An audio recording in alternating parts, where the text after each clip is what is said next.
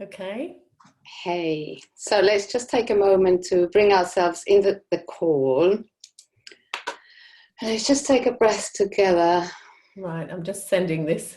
Yes. Oh, it's got the password. Oh, I'm giving up. Come on. Okay, I'll do it in a minute. Let's just come into the call together. And if you're watching live, apologies about all the faff, and just centering ourselves into our root, our center. Maybe placing our hand in our belly or heart.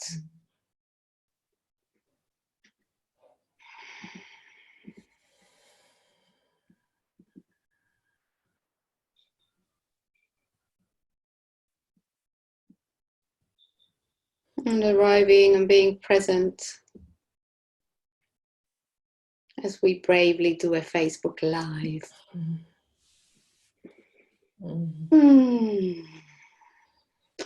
So, hello everybody. Oh, we've got Therese here. Hi Therese, you made it.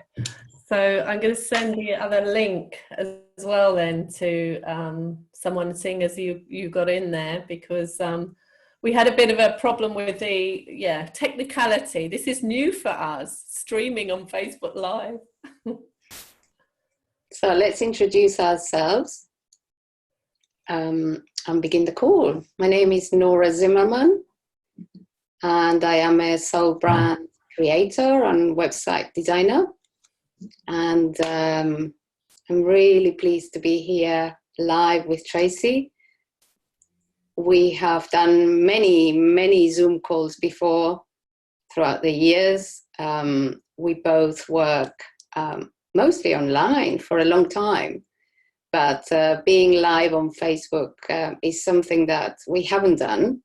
So we just thought, hey, let's explore this together as we also speak about a topic that we both are really passionate, which is collaboration and how we weave the different skills that everybody has when we're doing a project together, when we want kind of an outcome and a result. So neither has, the kind of upper hand, for no better word, in the project. And so everybody can input from the gift and from the righteous, way of service. So, yes, Tracy, I would love you to introduce yourself, please. Okay, hello, Nora. Hello, everyone. Yeah, I'm Tracy Seed, and primarily, that's some feedback, yeah, for some reason. Okay, I'm going to put my headphones on. Okay. Yeah, I primarily work as a coach. I'm a certified trainer in nonviolent communication, and and I'm a trainer, and I also work with a team. Is there a lot of feedback? I'm fine. Okay, there is an echo. There's an echo, Tracy, quite a strong one. Yeah, I'm wondering why there's an Alan echo. joined. I don't know if that's it. If you've got your Facebook open at the same time, you need to mute the Facebook. You need to mute the Facebook tab. I need to what? If you've got the Facebook open at the same time, you need to mute the Facebook tab. Oh, I think I'm going to turn my phone off or something. To power off your... Oh gosh, technological problems. Well, it's really good because we're learning how to do this live. And yes, there is an echo. That's what I reckoned. Now I've got Siri speaking to me. This is hysterical. The echo's gone, hasn't it? Yes. So whatever I did got rid of the echo. So I can still hear it, Tracy. Yeah, you can. I can hear a male voice, sounds like, or somebody in a tin can on the moon. Tin can on the moon. I really don't understand what's going on with that. Let me just take this out for a second, excuse me.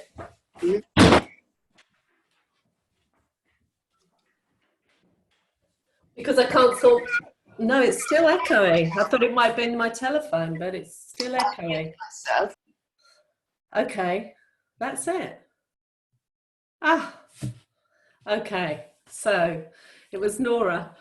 I don't know why that is, but anyway, I'm Tracy. Yes, I'll start again. I'm primarily working one-to-one with people, working with groups and organizations and projects and sometimes intentional communities. And I'm a certified trainer in nonviolent communication. That's the main premise of the philosophy from which I'm working with. And it's the system or the approach that really influences my work with collaboration, supports my work with collaboration. I think that's enough from me. Thank you. Maybe I'll mute you. Yeah, so I also love that you work with embodied practices as well. Would you like to say a little bit more about that?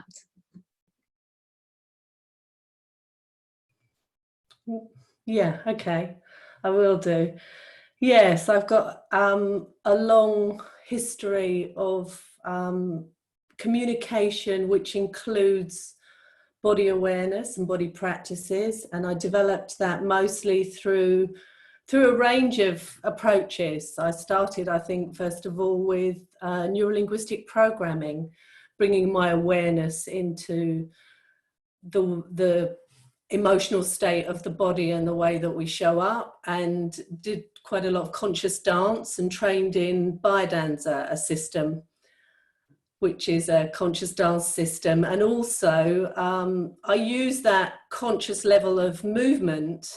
It influences the way I coach and work in organizations. So I use movement as well as part of connecting, use it as a vehicle to connect with each other non-verbally.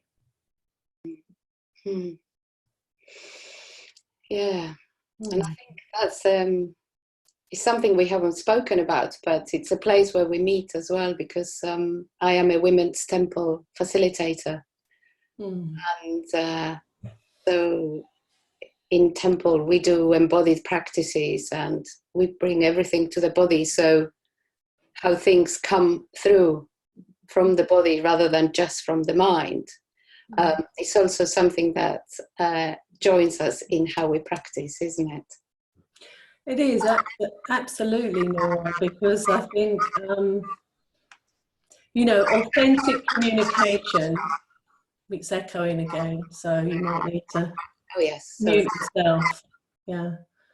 Communicating authentically with each other when we're working on a project and coming together to work together, it's important to be really honest and to catch whatever's alive in the moment. So if there's a strong reaction to an idea or something, to slow it down enough to catch that moment and explore that together.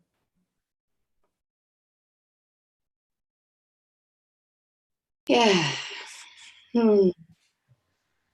And when we were talking about collaboration, it's something that we always discussed also for a number of years now, how to run a project successfully whilst allowing everybody's expertise to show through.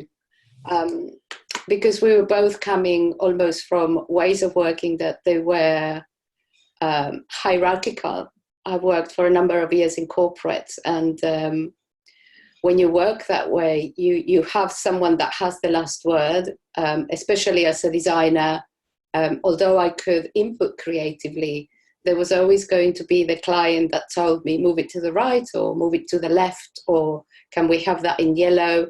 And I could make recommendations and I could make suggestions, but there was a hierarchical order to the decision-making process, and there was somehow a way of completing the project that always kind of had the collaboration section of it, which was the juicy parts that we like, almost a little bit like, oh, that's just a little bit of a part of a project. Whereas when we're working together, Tracy, we like to expand that, and it's almost like a bit of an unknown kind of part of a project. So the project starts, then it's like we go into the unknown, and that's when the collaboration kind of happens.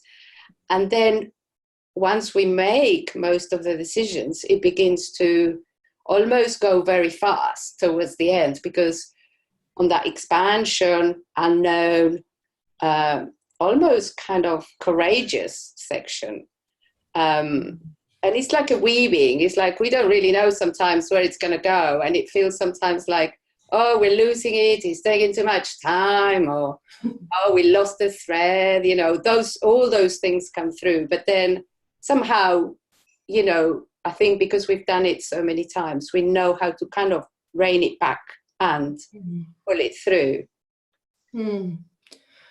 Yeah. So what you're saying, what I heard you say, Nora, is that there's something about when we're working collaboratively, that there is no hierarchy, and that we're equals, and we bring our talents and expertise and our uniqueness and our humanness to the process. And in that process, and I agree with you, and I think that's why some people find it difficult to work really collaboratively, because it's different from cooperating together. Collaboration's like a creative process. It's like, you know, we have a purpose, but we kind of envision things, and then it can be really messy and uncomfortable and not very linear. Because something new emerges out of it that we didn't, out of the mix, like the soup, that we didn't even know that was there. And yet, I think there's something also in, like what you said, there's in that messiness, there's also an order. So there's also some tracking of what's happening. Yes. And there's a lot of trust, an incredible amount of trust to be able to work collaboratively, because it is the unknown, and very relevant to, I guess, the transitional period of what's happening now. You're echoing it again, Nora. So, yeah. Being in the unknown, being able to stay in that place, be in that space. Sometimes when it's a bit scary and uncomfortable, and and getting used to sharing power, rather than looking to a leader to give the instructions or something.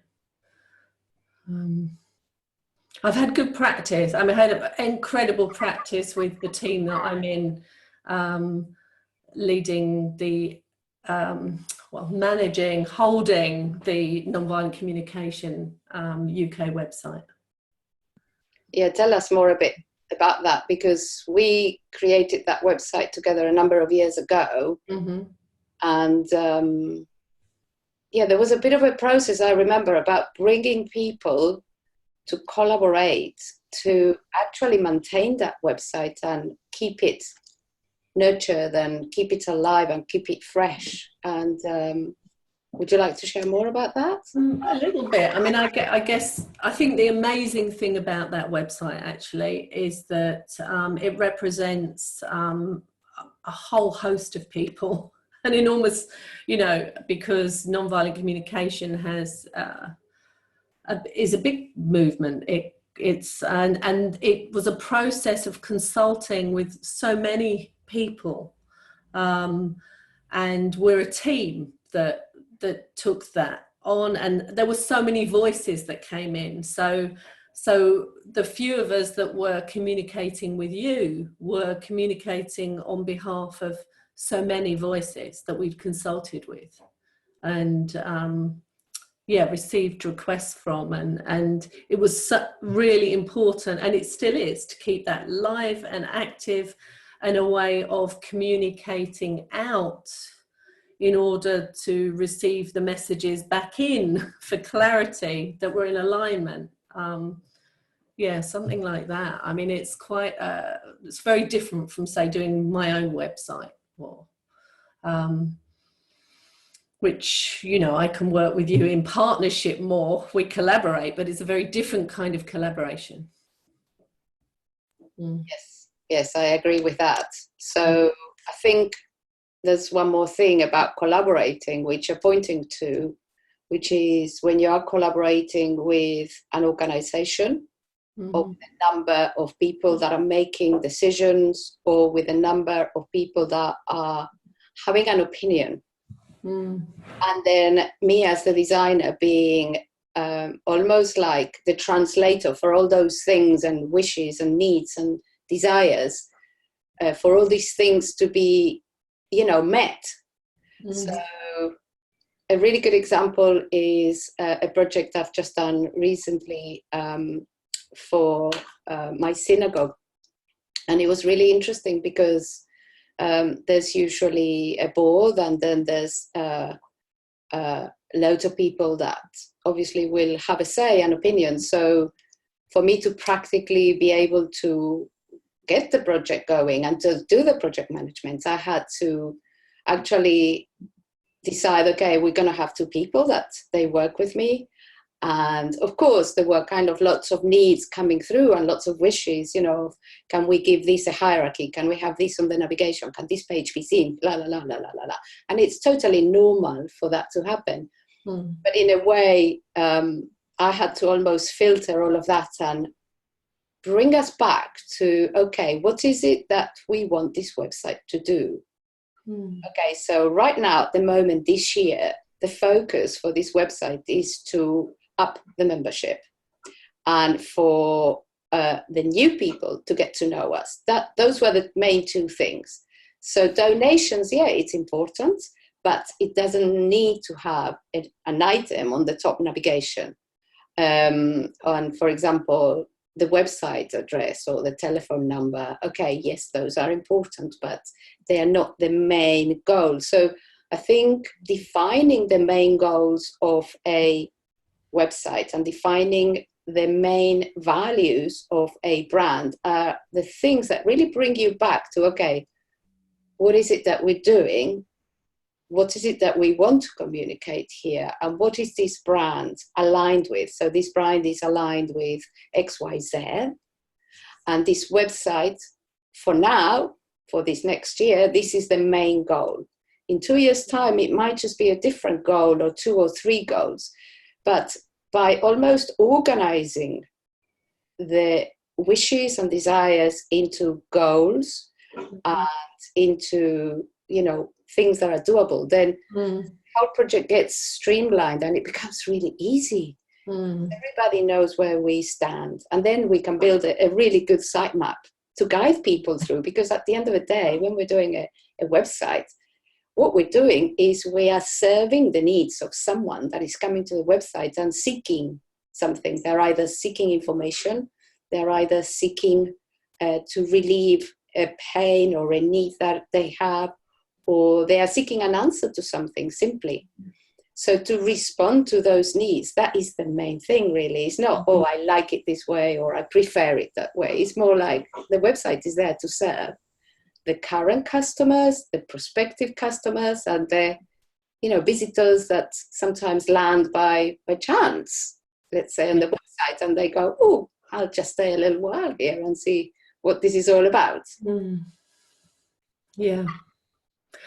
Yeah, so there's something about the complexity and really listening to understand the needs and defining the purpose and getting clarity and bringing all those parts together in an orderly way that nobody could have imagined, the kind of all the particles that came together in this order which now functions, and you can find exactly what you want, and it gives a very clear message.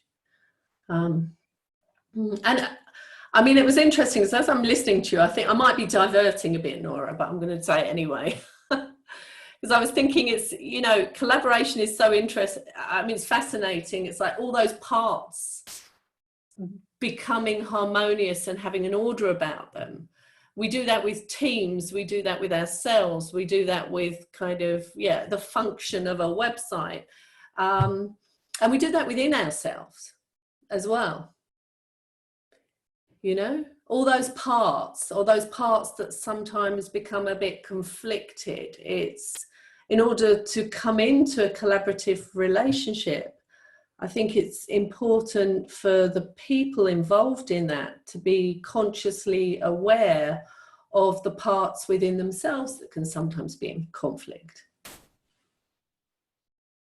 Wow. I love that concept. Wow, that is clarity.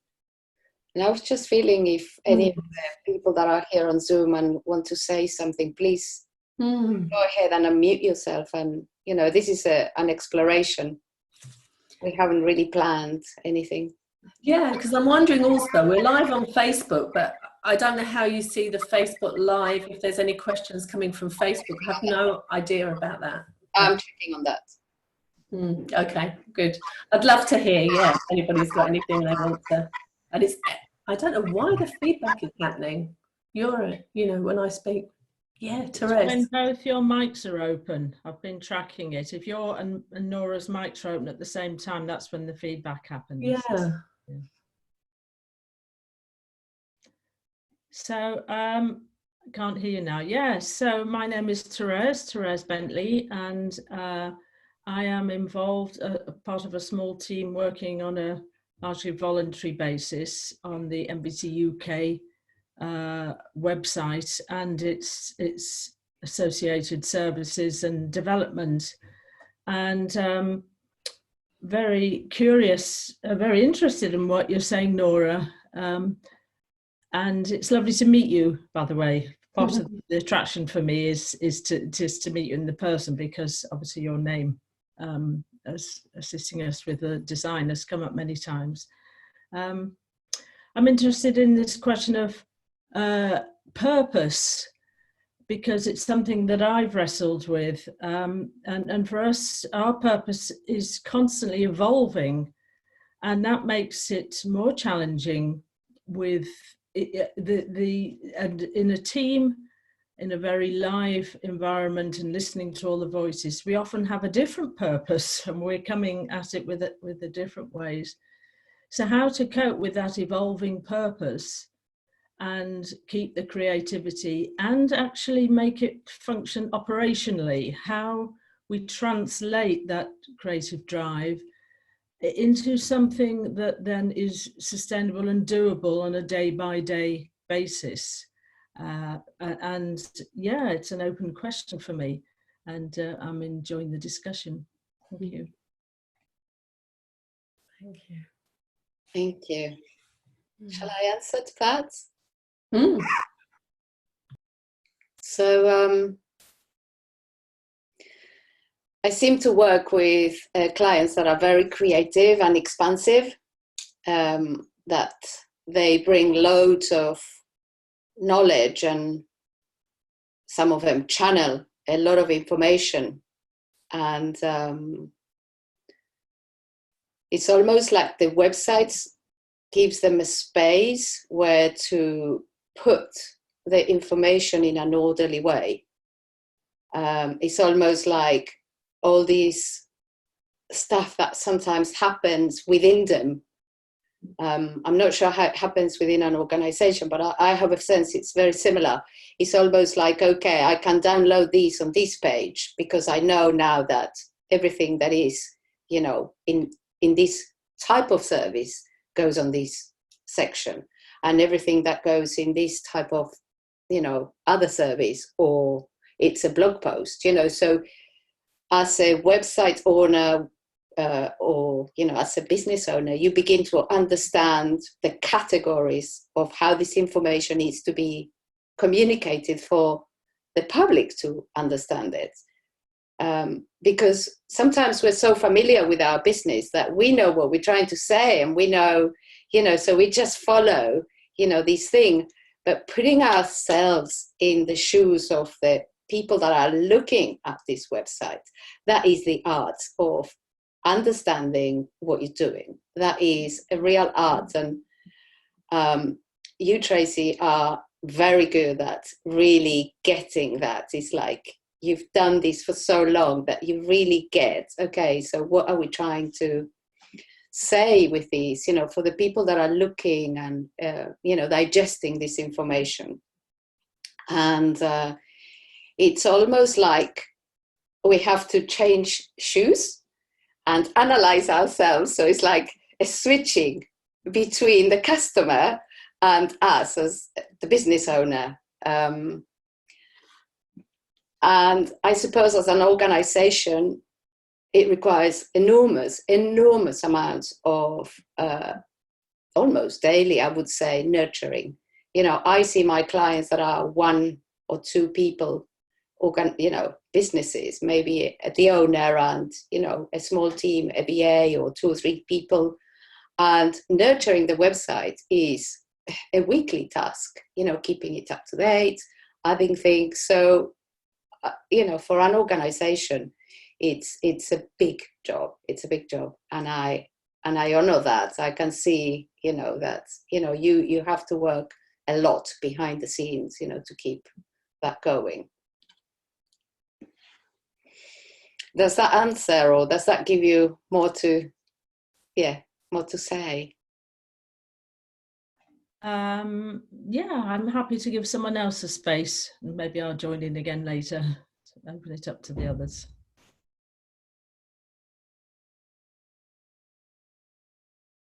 Yeah, I haven't got a clue actually for what's going to come out, because I keep having this kind of voice going to me that it's all about identity. It's all about integration of the identity, you know, whether it's for you as an individual and what your service is and what you're offering or who you are, collaboration, or even me in my own personal life as an individual in friendship or in a professional relationship.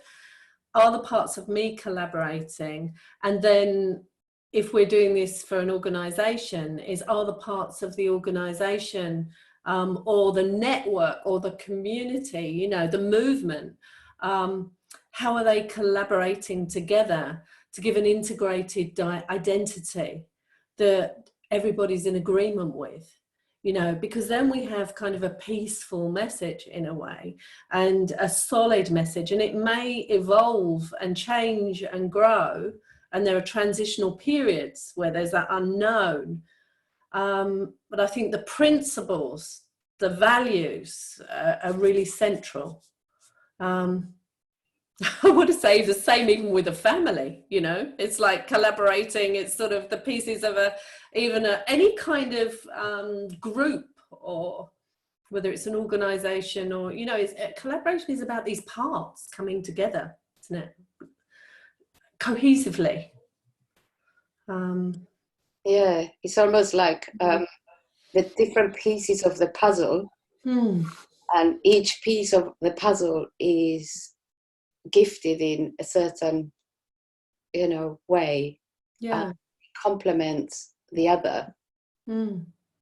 Yeah, it's about acceptance and respect and trust, and it goes back to what you were saying in terms of all working together without hierarchy. You know, it's very difficult for, knowing that we've come from an education, many of us, a background of living in a society where that's much, much more common. Who's the boss? Who tells me what to do?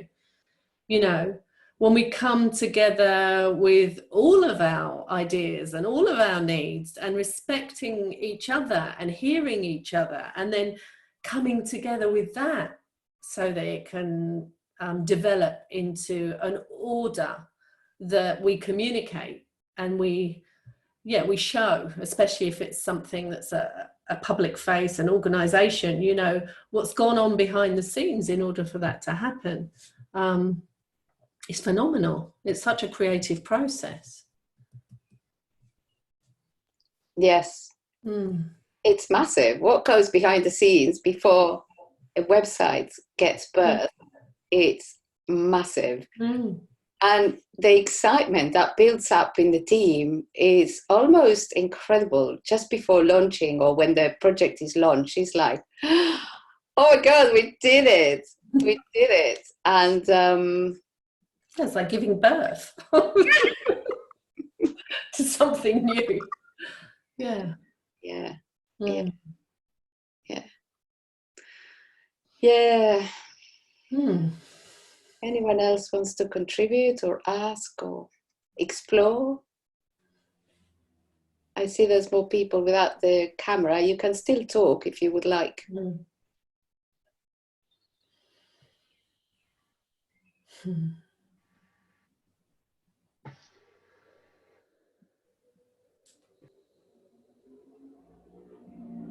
Mm. Mm. I mean, I was thinking, what are some of the key elements to have an effective collaboration? I haven't prepared this or thought about it beforehand, so but I think one essential is trust between the members, and that's a big ask, isn't it? Because you don't automatically have trust between you.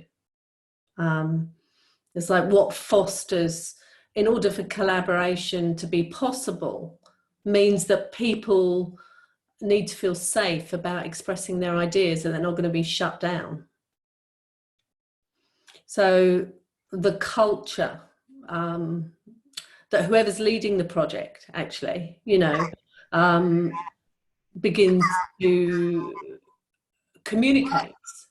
It's a culture of growing a culture of trust. And how does that emerge? I think for me that emerges through knowing that it's an empathic space for people to be in. Meaning we can hear each other. Yes. And hear beyond my way or the highway or criticism or fears or honest and open communication. Yes. As you were speaking, I was also feeling there were two things coming up. One was like, and I think this only comes from experience, and it's not like I'm boasting here. It's more like, okay, I really trust my skills. I trust not myself. I trust my skills and my expertise.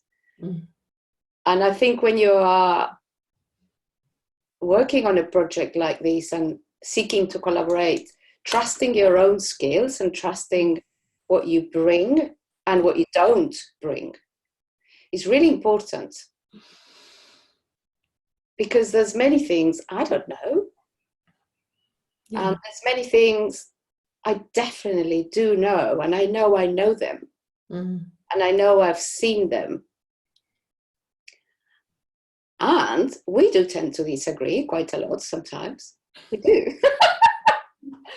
Because you're probably one of those clients that is extremely technical. So you know how things work behind the things. And you've tried lots of systems as well.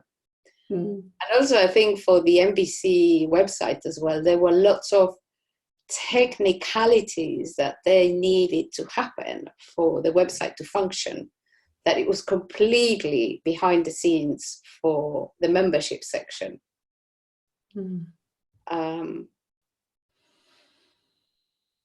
So yeah, trust in one another, but also trust in what you bring and what you don't bring. Definitely both, really clearly.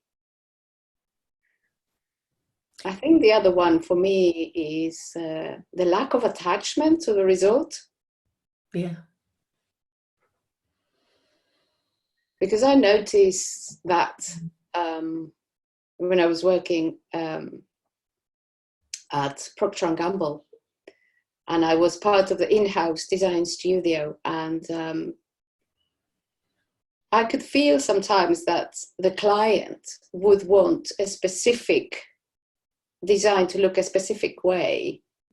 For them to actually simply have a say, it wasn't because this was the best result for the project, for the advert or for the brochure or for whatever we were doing. It was mostly, it's like, I need to demonstrate that I am, an effective team member and I've got to say, and, you know, this is what I want to do, because I need to also please my boss and I need to demonstrate to my own team. So there were lots of other attachments and agendas, you know, even if whoever was coming to me and requesting that this needed to be this way, they were not, they could just see that there was no need to do it. I feel sometimes working in an environment like that can also put pressure on people, and it can put,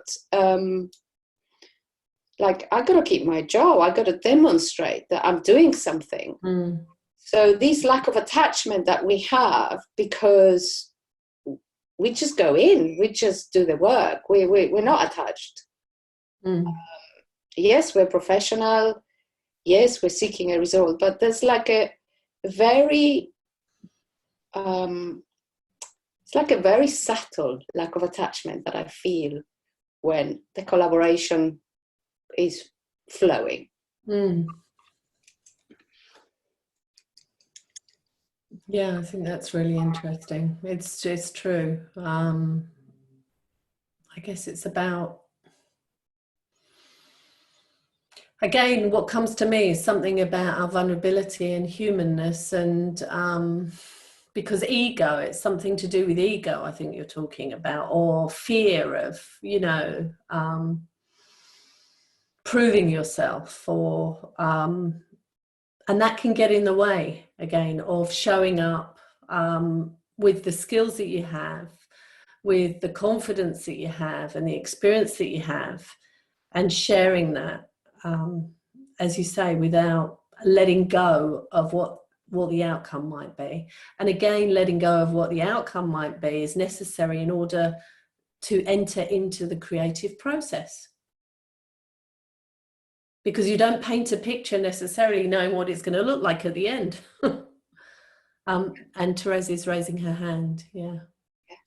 Yeah, I've just had something that, listening to you, that is a response, and there's two things allied, and one is around power in a collaborative process.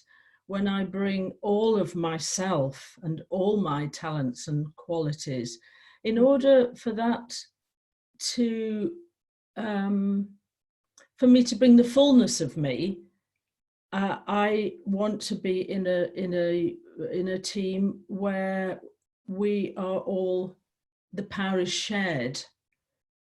And I can imagine in a corporate environment where somebody's paying for a service, that might be more that relationship is more complex. Who's got the power there? And then the second thing that I wonder in a collaborative relationship is the why. Why am I bringing all of me into this? Why do I care? What am I getting out of it? And it's something to do with higher purpose. That if I'm really going to, for the fullness of collaboration, I think it needs people to really bring their full energy and their passion, and then being in alignment with my own reason for spending my time and energy in it. And so it's believing in what I'm doing. I think these are also important criteria for me.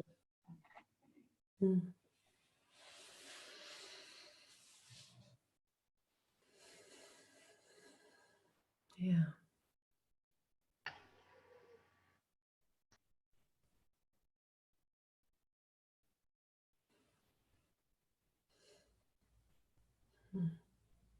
Just wondering if anybody else wants to share anything.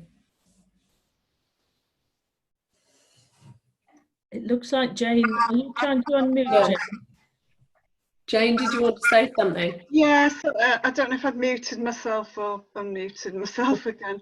I do envy the two of you, the situation you're talking about around the NVC website, I gather, because straight away, as you were talking, I was thinking of various work situations in the voluntary sector and training courses I've been on where we're put into little groups, and family situations where there wasn't trust and there wasn't people weren't mutually listening to what each other said, and I think people were very keen on a particular outcome, certainly myself included. So it's good to hear about situations where it's obviously been different, even if it's not been straightforward achieving it. So. Did you hear me okay? Yeah. Oh, Yeah. Thank you. Yeah. Yes, I was just thinking as you were both talking, Therese and Jane, there's and the power and attachment to the outcome.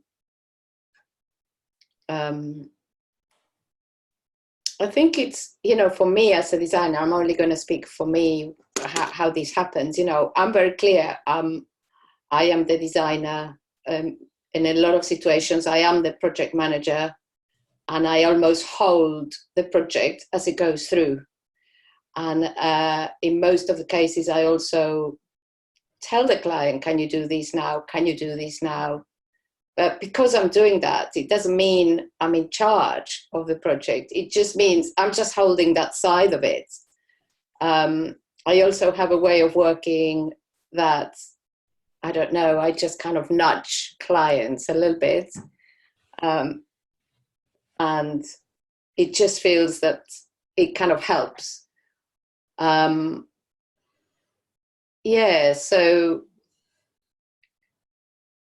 and then there's what the client brings, which is I have no clue what their clients need, what their prospective visitors to the website need. I have no clue. If they don't give me all of that, if they don't open themselves up to me, if they don't almost dig deep themselves, okay, is that really the very thing that we really need to do? Then I've got nothing to do. I've got no creativity to translate, basically. Mm-hmm. So it's like I really need the client to bring all of their stuff. So I tend to work with clients as well, that they don't just have a meeting with me and then they tell me, can you do a website, please? And then the website looks lovely and it's beautiful. And yes, I can do that. I can build a website in a few days, but I don't enjoy that kind of way of working. I prefer it when it's this kind of interweaving and, okay, we haven't considered this, let's just open it up. So there's one more thing that, we haven't considered and we need to discuss. So, okay, let's go for this section, or let's learn about this, or what happens here, we forgot about this. So it's almost like a little bit of an open-ended as well. And once I feel all of that has come together, it's almost like there's a lot of pieces of the puzzle, then I can begin the design. So the design part of the process is kind of almost easy because we have been collaborating together quite some time. And so the design is almost like agreed even before it's been done, almost. Isn't it? And we don't have huge amounts of revisions on the design usually. No.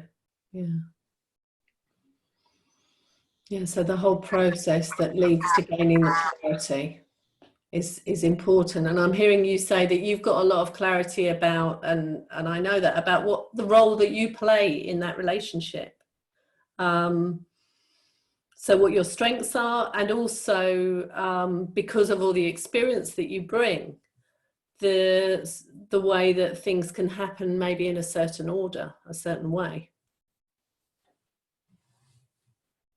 And yes. So yes, I've got the steps. So there's usually soul branding, soul words, then there's photography, there's, okay, we've done probably the sitemap and the strategy, and then it's the design, and then there's, okay, all the snags, backwards and forwards, uploading the copy, and then launching. So the steps are almost similar for everybody. Yeah, and what again, I suppose if I'm bringing it back to collaboration, and I'm thinking about, I mean, I think we've done so much work in this recently, haven't we, Therese, in a way, in having systems that support collaboration. You know, we're currently trialing holacracy in our little team, and it's an amazing. I find it, and it's really helpful, because what I'm hearing kind of from you is there's a lot of clarity about what your role is within that collaboration. And that's really important. So when I'm coming also to you, and we've done a few websites. I mean, I've done them for Embassy UK. I did it for another organisation with you as well, another and my own. And so it's kind of, I've got a lot of clarity about what my role is within that. I'm representing the voices of many people. So behind that, and then there's a team who have also got a lot of clarity about their roles that are contributing to that. And so the organisation of the way that a project manifests, there's clarity of roles is what I want to say. Clarity of purpose and clarity of roles, and a structured way to the way that we meet. Wow. Make it more effective, yeah. And I'd add to that is it's having for me, and it's about a clear process alongside the creative flow. Yeah. For me, it's translating that into something that's doable, that individually I can then put my energy in, and the energy for me is actually making it happen as well. So process and system, holding that. Yeah, and that every person involved in that project has a very clear role. They know what they're contributing, as well as having some freedom. I was thinking recently, over the last few days, I've been collaborating with another member of our team, and it's not actually in a way my particular role, because this person's holding that part of the that role, and yet I've been supporting that. I don't know what I'm saying, actually. Yeah, I'm guessing. That makes sense. Yeah, is that there's energy for you in that? Yes. You enjoy working that way, in that live way. Yeah. Yeah. So it's meeting some need in you as well of being part of something growing in the moment. Like and I think it all comes back to, it's a creative process, and it's beyond what you were saying, Therese, actually. It's beyond, it's bigger, it's got a higher purpose, that we're meeting a higher purpose. When we're able to really go into the flow of working collaboratively, we're meeting other needs at a higher purpose. I think that's what it is. That's what gives the energy. Yeah, can we talk about the momentum of a project as well? Yeah. I'm aware also the time, we've got 5 minutes. So, yes, time goes. So we said trust, we said non-attachment, we said clarity of roles, non-hierarchical.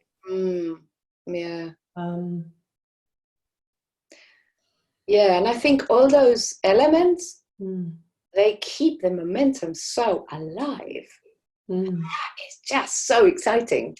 It's like the project has a life of its own, and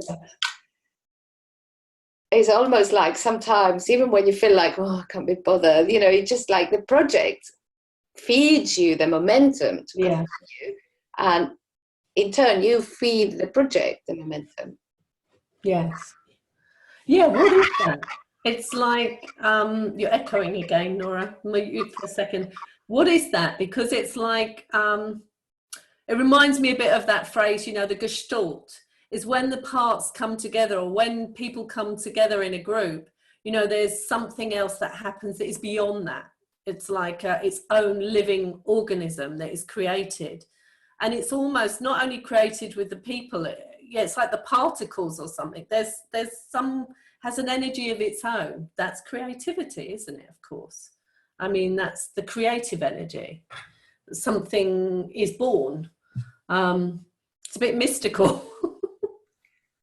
I think that's also to do with commitment. I think that's a really important part of the piece, you know, because when there is commitment from everybody in the project to get this done, yes, the commitment is what holds you accountable almost.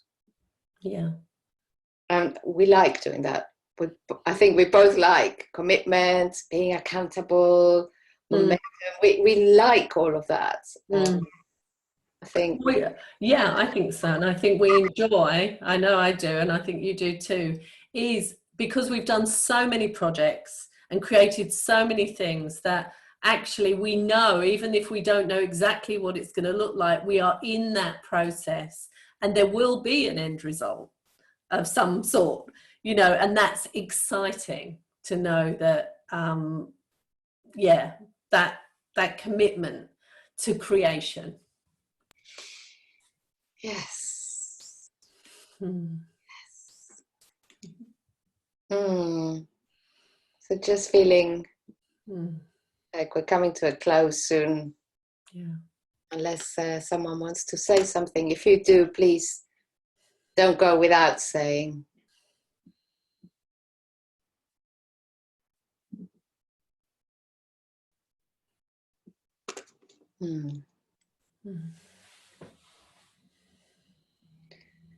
Okay. So I want to thank everybody that has come live with us. Thank you so much for your presence, even if you haven't spoken. We really appreciate you. Yeah. We honor you for taking the time to be here. And thank you for letting us practice going live on Facebook as well.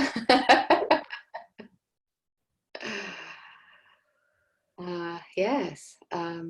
Let's do another one if another topic comes up.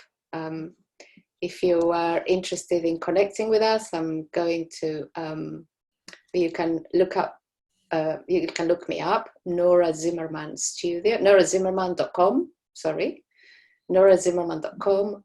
You can find me on Facebook as well, or you can just go to my website. There's so many methods of communication nowadays that I'm sure you'll find me. And for Tracy is tracyseed.com, her website. And actually, we've been talking so much about MVC. I didn't necessarily anticipate that. I think we could mention that as well, is if you want to learn more about nonviolent communication, then it's www.mvc-uk.com. That's it. That's the MVC UK website. Yeah. Thank you all. Lots of love through the others. And thank you for being here. Yeah, thank you. Thank you, guys. Bye-bye. Thank you. Bye.